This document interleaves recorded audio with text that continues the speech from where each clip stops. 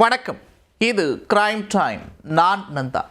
கனடாவின் வான்கூவர் நகரில் நடைபெற்ற பிலிப்பைன்ஸ் பண்பாட்டு திருவிழா கூட்டத்திற்குள் கருப்பு நிற எஸ்யூவி கார் ஒன்று கண்மூடித்தனமான வேகத்தில் புகுந்ததில் சுமார் 9 பேர் வரை உயிரிழந்திருக்கின்றனர். ஏராளமானோர் படுகாயமடைந்துள்ளனர்.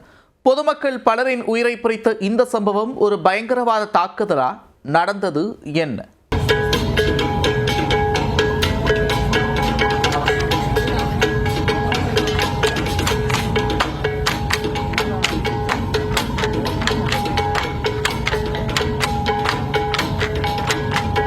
கனடாவின் பல்வேறு பகுதிகளிலும் பிலிப்பைன்ஸ் நாட்டைச் சேர்ந்த ஏராளமானோர் வசித்து வருகின்றனர். இந்நிலையில் வான்கூவர் பகுதியில் பிலிப்பைன்ஸ் நாட்டின் பண்பாட்டு நிகழ்ச்சியான லாபு லாபு ஸ்ட்ரீட் ஃபெஸ்டிவல் கொண்டாடப்பட்டது.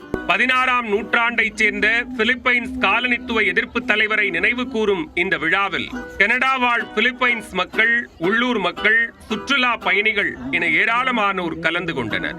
சனிக்கிழமை மாலை சாலையோரத்தில் இந்த நிகழ்ச்சி நடைபெற்றுக் கொண்டிருந்தது.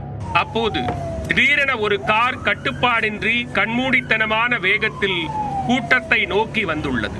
கண்ணிமைக்கும் நேரத்தில் கூட்டத்திற்குள் புகுந்த அந்த கார் அங்கிருந்த பொதுமக்களை அடித்து தூக்கி வீசியபடி சென்றுள்ளது. இதனால் கூட்டத்தினர் பதறி அடித்துக் கொண்டு அலறியபடி சிதறி ஓடினர்.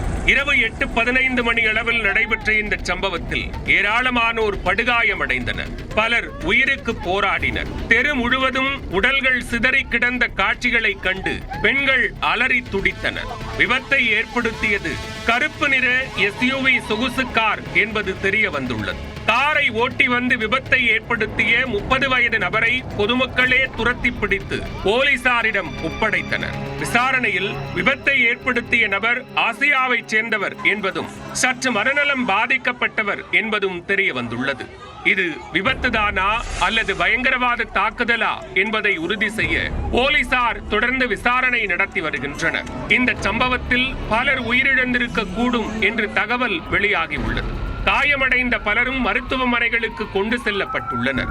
அவர்களது முழு விவரங்களையும் போலீசார் சேகரித்து வருகின்றனர். முன்னதாக இந்த சம்பவத்தின் வீடியோ காட்சிகள் சமூக வலைதளத்தில் வெளியாகி பெரும் பதற்றத்தை ஏற்படுத்தியது. அதில் கார் மோதி சென்ற இடத்தில் பொருட்கள் நாலாபுறமும் சிதறி கிடப்பது போன்ற காட்சிகள் பலரையும் அதிர்ச்சியில் உறைய வைத்துள்ளது. தற்போது வரை 9 பேர் உயிரிழந்திருப்பது உறுதி செய்யப்பட்டுள்ளது. இது பயங்கரவாத தாக்குதல் இல்லை என முதற்கட்ட விசாரணைக்கு பின்னர் போலீசார் தெரிவித்துள்ளனர்.